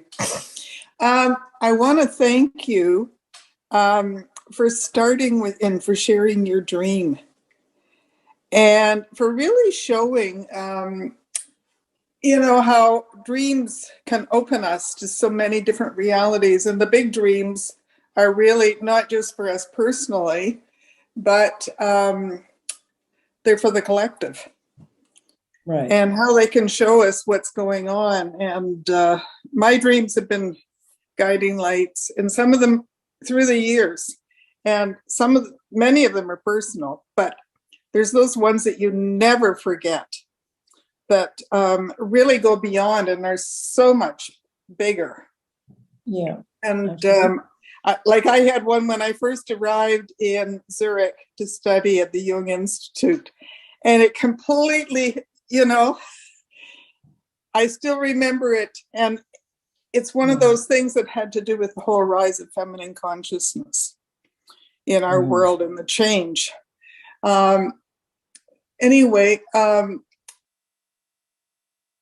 want to thank you too for sharing some of those paintings from the Red Book, because they are so deep. They reminded me of experiences that I had in dreams years ago. And I remember a Jungian telling me that, I was in my 20s and I had the psyche of a woman in her 50s. And I was wondering, what do I do with all this? And it's been an ongoing discovery and led me down many pathways. But well, I'd like to acknowledge my friend Taria, who on my screen is to your left, because she has a dream symposium that she runs every month. And also she knows a hell of a lot about David Bohm, Anna. So just so you know, I keep trying to persuade her to do a course on it, and I haven't succeeded yet. I keep badgering her to do an online course on David Bohm. That would be great. Oh, that would be great. Yeah.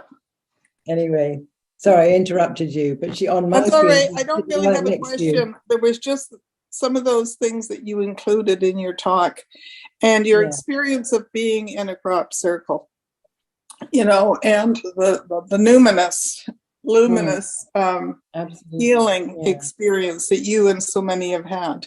I have a friend who's very into crop circles and with the society.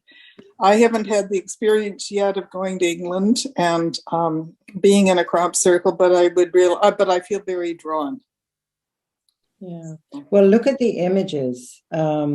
Because of the internet, one of the good things about the internet is that on temporarytemples.co.uk, there's a massive photographic library.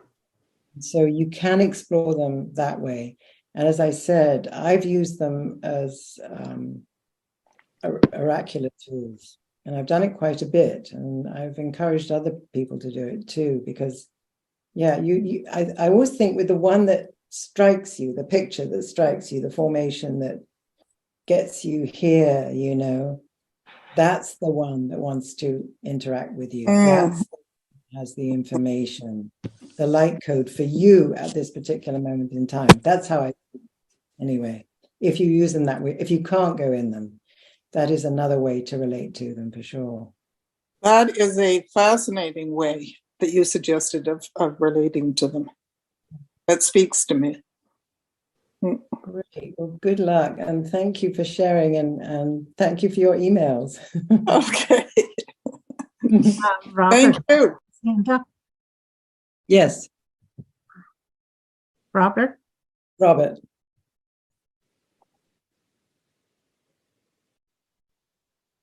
Uh-oh, where did he go? You got to unmute, Robert. I can do that. Is that better? Yeah, that's fine. Okay, your talk was not only the breadth of what you've covered, but the depth and from the heart, and how you talked about the signatures of what is coming, but also at the same time did not leave out what are the shadows that we're still facing, what's there. And I was thinking of that line from the song by Leonard Cohen, it's through the cracks that the light comes in. So we're all fragile or cracked in some way.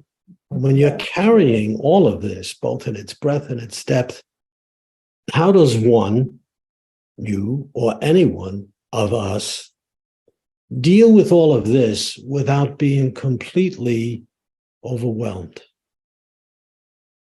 Overwhelmed by?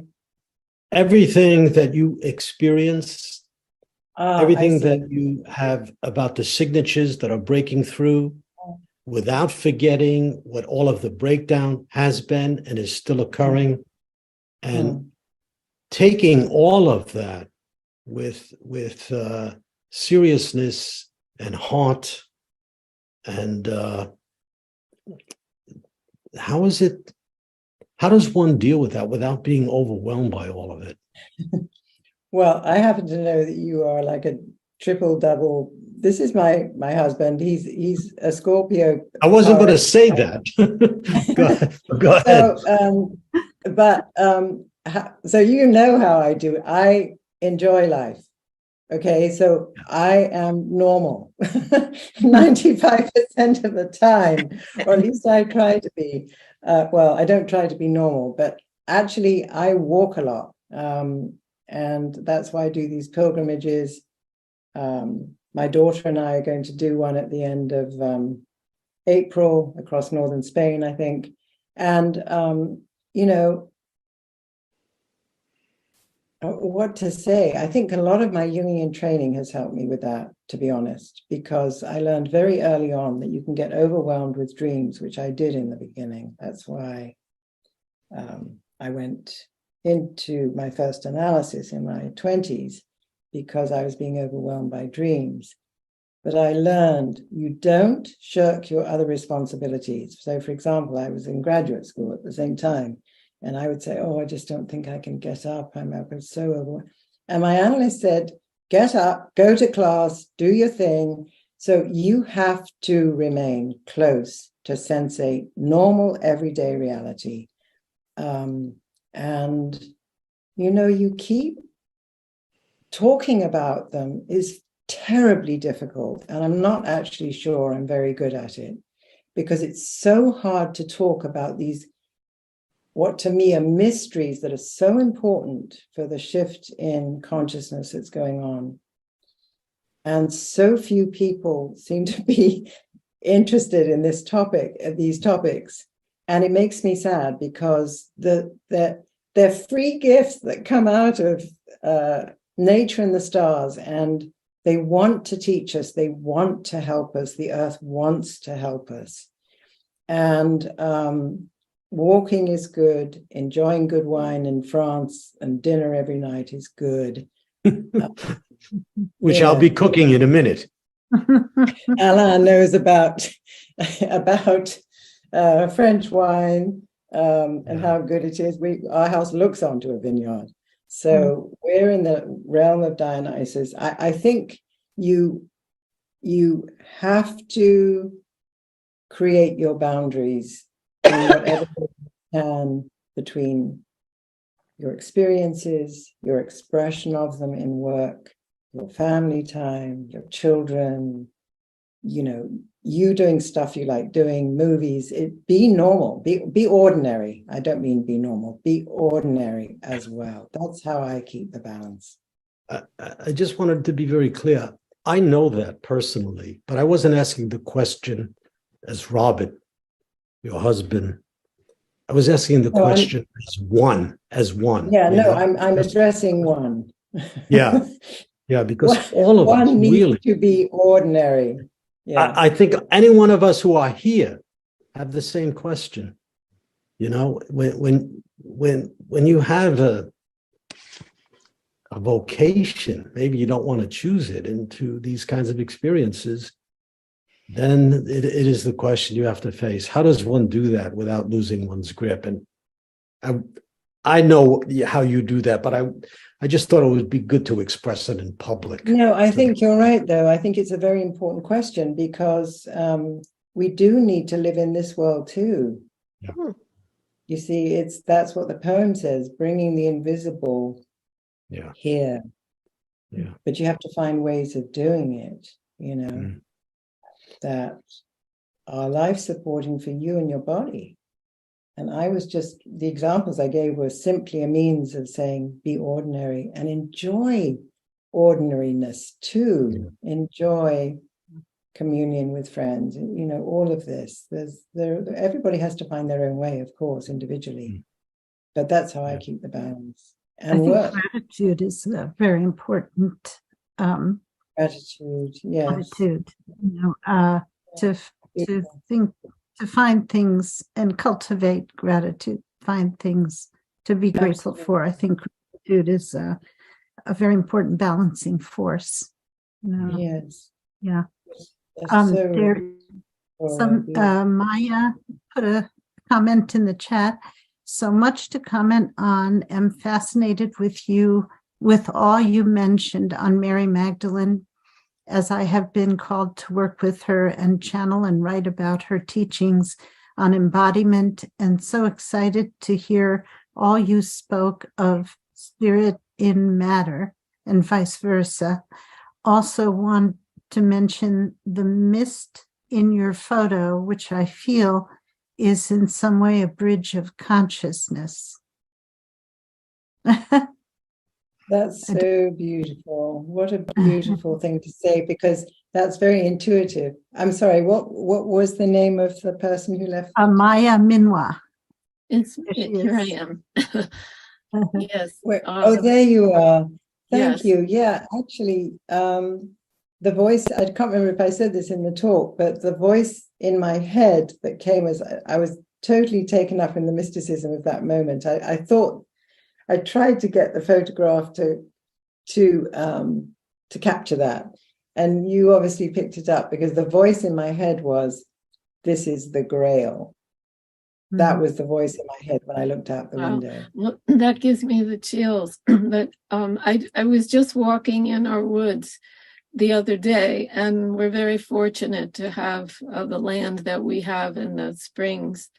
And I couldn't stop looking at the mist, because I heard a weather report that said, well, because of our climate change, we're seeing more mist in the winter.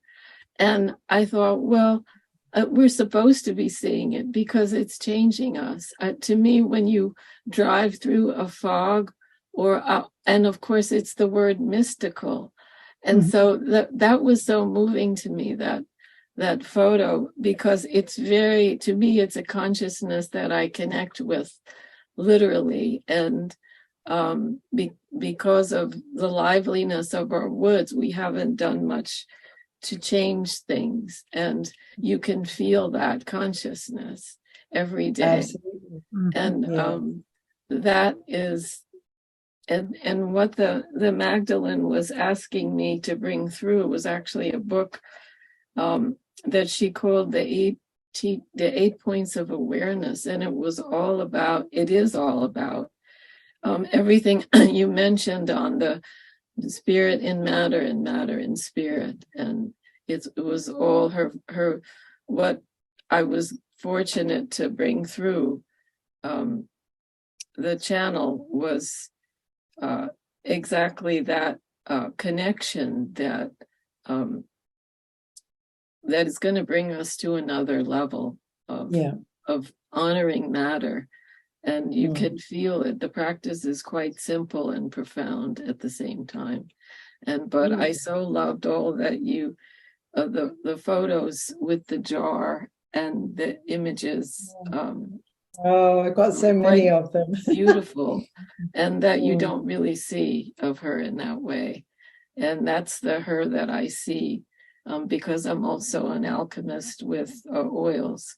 And so she literally tapped me on my shoulder one day, and I feel like that alchemy connection is so important with oils. And I've been working on something to understand, what if we don't have those fragrances? Can we just work with the spirit? And of course, it's a big yes, that is what we work with. So I've learned so much, and I so appreciate your expressions of the subtle, and everything that you talked about. It's just gave me chills half the time. So thank you. Thank you so much. Yeah, the Magdalene presence is very, I don't know how to say, it's very special. It's just a quick story. When she actually came to me first after I had a big dream, one of those dreams that it was in 2016, and my life has been completely altered by this one dream that I can remember so clearly. And but working on the dream, I did some shamanic journeying, because it was a powerful image, but I really wanted to get more specific about what the meaning of that particular symbol was in my dream. And so I started this, and she was the first one that came in. It was of a grail chalice coming out of the sea, the dream. That was a kind of vision. Wow. And but I was asleep. But so when I opened up to, well, what does this mean? I'm not sure I put it exactly like that, but the first figure that came in was Mary Magdalene. And she said to me, follow the blue rose, follow the path of the blue rose. And I didn't know what she was talking about. And then she disappeared. That was it. The other day, this was in 2016, the other day, so my life completely changed. It was why I do pilgrimages, or why I did up until COVID, etc. But, and I learned so much about her, like you probably have as well. But the other day, I was looking for some alchemical pictures, the one of the Anima Mundi for this talk, and I have a book on alchemy and mysticism. And I came across, I've never seen this before, a blue rose, an alchemical blue rose from the 16th or 17th century, I can't remember. Wow. And the writing on the side says that the blue rose that doesn't have an autonomous color in alchemy, like the red, the white, and the black, those are all symbolic in alchemy.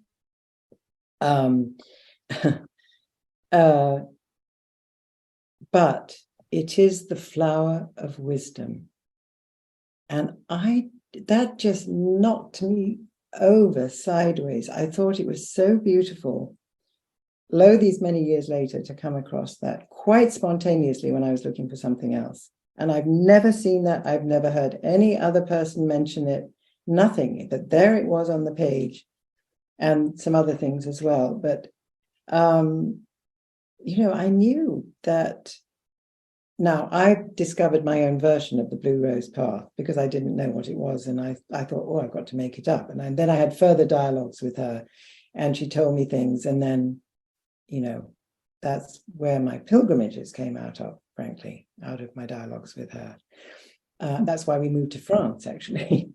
But then, you know, 7 years later, for this thing from the outside, that it is, in fact, an esoteric symbol of wisdom, just was so beautiful. I felt like such a gift had been bestowed. I mean, it was just awesomely amazing. And I was deeply gratitude, speaking of gratitude, very, very great. And it just has given me courage to keep going, you know. Well, what she whispered in my ear, I was in Mount Shasta and I was sleeping on the floor. It was a tiny cabin my friend offered me that she was living in. And in the middle of the night, I woke up and I heard two phrases. Through the mists of Avalon, she moves in and out of my heart, breath of the rose. And I was told, wake up, write it down, and make sure you write it down because you won't remember it. And so I did in the dark. I'm like lying on the floor. Right. And my friend, and who was also a spiritual teacher, when I told her in the morning, she said, Maya, she said, just keep repeating that. And I repeated it. And a year later, another teacher channel brought through the message from her that she wanted me to do this work. And so I always called her the breath of the rose. And I asked, I actually had a dialogue with her and said, are you the breath of the rose? And she said, that's what your heart wants to call me. And so it's just profound. Thank you for sharing all of that. That's thank beautiful. You for listening. Really yes. There's quite a lot. There's quite a lot on the internet about, I just Googled blue rose, alchemical blue rose, and a lot of things came up. You might want Did they? Yeah. I did that early on too, but there was one Gnostic church that was the Church of the Blue Rose, and I looked in and I thought that doesn't speak to me at all. I couldn't. And then there was one other thing that came up, and again, it just was so far from character and personality. It just so I made it up in the end, but yeah, good to know that there are others out there. Right. Well, I'm afraid we're out of time, and I wish we weren't, but I want to thank you very much, Veronica, for for taking this time for us. And it's been so much of what you talk about is so thought-provoking, and so much of what you talk about is so familiar on a deep level as well. And thank you all for attending. And I hope we'll see you again sometime soon. Thank you so much. Again, it's an honor to be here, and it's lovely to meet all of you. And thank you for being here. Our pleasure.